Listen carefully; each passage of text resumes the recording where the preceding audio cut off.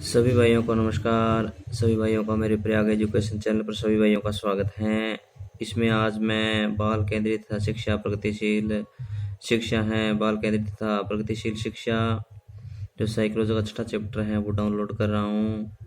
यदि किसी भाई को ये वीडियो पसंद आए तो सब्सक्राइब जरूर करें, लाइक जरूर करें, आगे से आगे भेजें।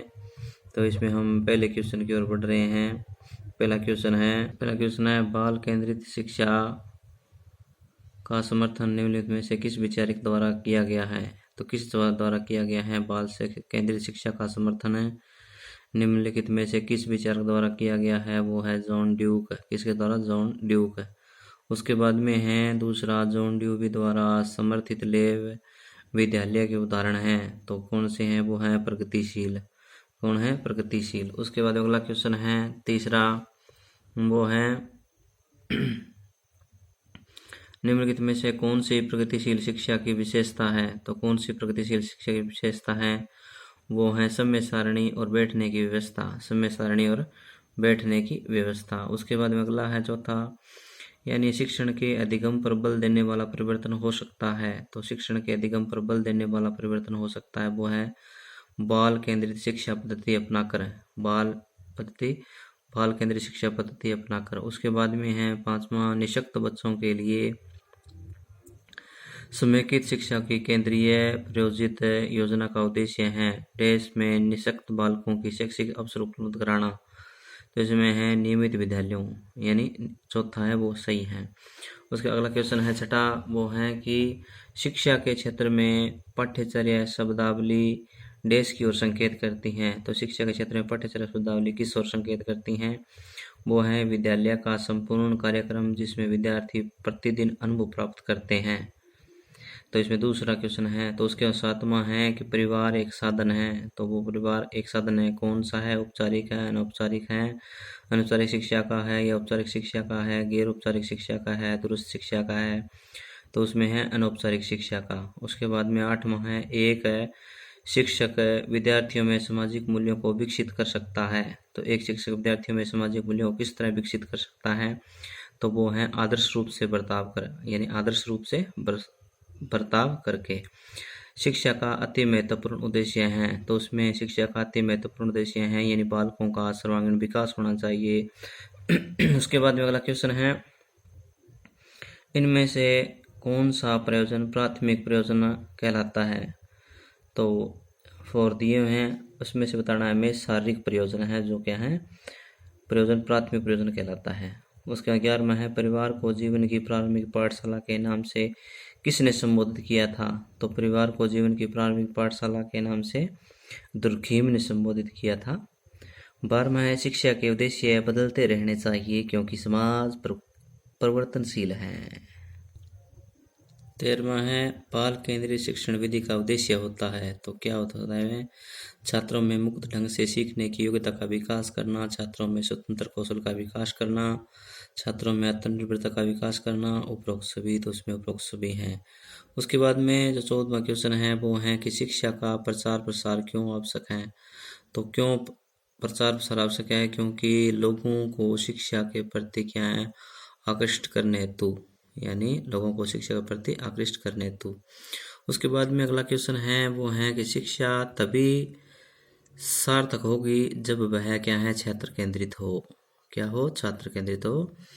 16वां, छात्र केंद्रित शिक्षा का आशय है। तो क्या है? शिक्षण में छात्रों का पूर्ण सहयोग लेना। शिक्षण में छात्रों का पूर्ण सहयोग लेना है, वो छात्र केंद्रित शिक्षा का आशय है। उसके बाद में 17वां जो क्वेश्चन है वो है, शिक्षा में दंड की मुख्य हानि है। तो शिक्षा में दंड की मुख्य हानि क्या है? इससे विद्यार्थियों में अरुचिकर भावनाओं की उत्पत्ति होती है। 18वां, शिक्षा क्या है? शिक्षा क्या है? तो इसमें है शिक्षा ज्ञान और अनुभव है। शिक्षा क्या है? शिक्षा ज्ञान और अनुभव है। 19वां प्रश्न जो दिया है वो है कि प्राथमिक विद्यालयों में अंग्रेजी की शिक्षा अनिवार्य कर देनी चाहिए क्योंकि इससे क्या है? छात्रों में आत्मविश्वास बढ़ता है। पहला क्वेश्चन, पहला आंसर है। अनौपचारिक शिक्षा का आरंभ होता है, कब होता है? परिवेश से। उसके बाद में 21वां, अनिवार्य शिक्षा की मार्ग में बाधाएं हैं। तो अपव्यय की समस्या, जनचेतना की कमी, शिक्षा में तब की अज्ञानता, तो ये सारे ही हैं। उसके बाद 22वां क्वेश्चन है, शिक्षा की पाठ्यचर्या बदलती रहनी चाहिए क्योंकि इससे क्या होता है, समाज की आवश्यकताएं बदलती रहती है। उसके बाद में 23वां, बाल केंद्रित शिक्षा निम्नांकित शिक्षा दर्शन की देन है, तो है प्रकृतिवाद। 24वां, वर्तमान शिक्षा में प्रचलित प्रवृत्ति यह है कि बालकों की विकास वृद्धि का मूल्यांकन उसके व्यवहार के माध्यम से किया जाए। पहला आंसर सही है। 25वां जो क्वेश्चन है वो है कि विद्यालयों में बाल केंद्रित शिक्षा की व्यवस्था कितने वर्षों की होती है, तो वो है 6 से 10 वर्ष के बालकों के लिए। उसके बाद 26वां है, प्रगतिशील शिक्षाविदों के विचार से पाठ्यक्रम संबंधी अनुभवों की श्रृंखला को निर्धारित किया जाना चाहिए। तो प्रगतिशील शिक्षाविदों के विचार पाठ्यक्रम संबंधी अनुभवों की श्रृंखला को निर्धारित किया जाना चाहिए छात्रों की रुचियों से साथ तय अनुक्रम में। 27वां, बाल केंद्रीय शिक्षा का सिद्धांत है, तो इसमें प्रेरणा का सिद्धांत, रुचि का सिद्धांत, चयन का सिद्धांत, तो ये सभी हैं।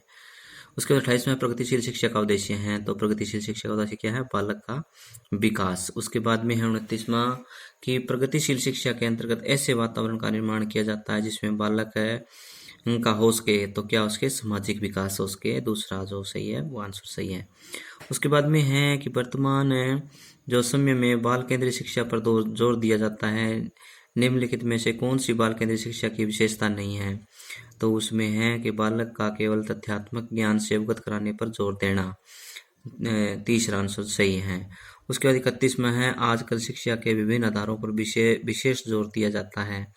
आधुनिक शिक्षा प्रणाली के एक समर्थन के रूप में आपके अनुसार बालक की शिक्षा निम्न में से किस पर आधारित होनी चाहिए, तो किस पर आधारित होनी चाहिए, वो है चौथा, बालक की मूल प्रवृत्तियों, प्रेरणाओं और संवेगों पर। 32वां क्वेश्चन है, बाल केंद्रीय शिक्षा में निम्न में से कौन सा तत्व नहीं होगा, तो बाल केंद्रीय शिक्षा में कौन सा तत्व, निष्क्रियता। उसके बाद में जो 33वां है, प्रोजेक्ट प्रणाली का प्रयोग निम्न में से किस शिक्षा पद्धति के अंतर्गत किया जाता है, तो प्रगतिशील शिक्षा के द्वारा। 34वां है, बाल केंद्रीय शिक्षा के पाठ्यक्रम के संदर्भ में निम्न में से कौन सा कथन सत्य नहीं है, तो तीसरा है कि पाठ्यक्रम बनाते समय शिक्षा की आवश्यकताओं एवं विद्यालयों में उपलब्ध सुविधाओं का ध्यान रखा जाना चाहिए। 35वां, शिक्षा मनोविज्ञान की देन है, शिक्षा मनोविज्ञान बाल केंद्रित शिक्षा की दूसरा सही है। 36वां है कि बाल केंद्रित शिक्षा के समर्थन के तौर पर आपके अनुसार निम्न में से किसका महत्व सर्वाधिक है, तो शिक्षक बालक के व्यक्तित्व का कहाँ तक विकास कर पाता है, पहला ही आंसर सही है। उसके बाद में है, प्रगतिशील शिक्षा के अंतर्गत निम्न में किस बात का ध्यान रखा जाता है, तो इसमें शिक्षण विधि को अधिक व्यवहारिक करने पर जोर दिया जाता है, पहला ही सही है। उसके 38वां है, प्रगतिशील शिक्षा के अंतर्गत बालक में आत्म अनुशासन के विकास के लिए किस बात पर जोर दिया जाना चाहिए, तो बालक में उत्तरदायित्व की भावना का विकास पर, बालक के उत्तरदायित्व की भावना पर विकास। उसके बाद में है, बाल केंद्रीय शिक्षा द्वारा निम्न में से क्या संभव नहीं हो सकता है, तो इसमें है प्रत्येक बालक पर पृथक रूप से ध्यान नहीं दिया जाना चाहिए, संभव नहीं है।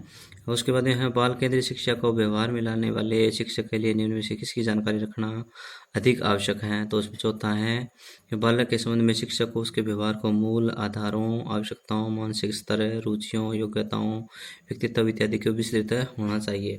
उसका अगला क्वेश्चन है कि विद्यार्थियों में व्यक्तिगत विभिन्नताओं को संबोधित करने के लिए एक विद्यालय किस प्रकार का सहयोग उपलब्ध करवा सकता है, तो किस प्रकार का सहयोग उपलब्ध करवा सकता है, बाल केंद्रित पाठ्यचर्या का पालन करना और विद्यार्थियों को सीखने के अनेक अवसर उपलब्ध कराना।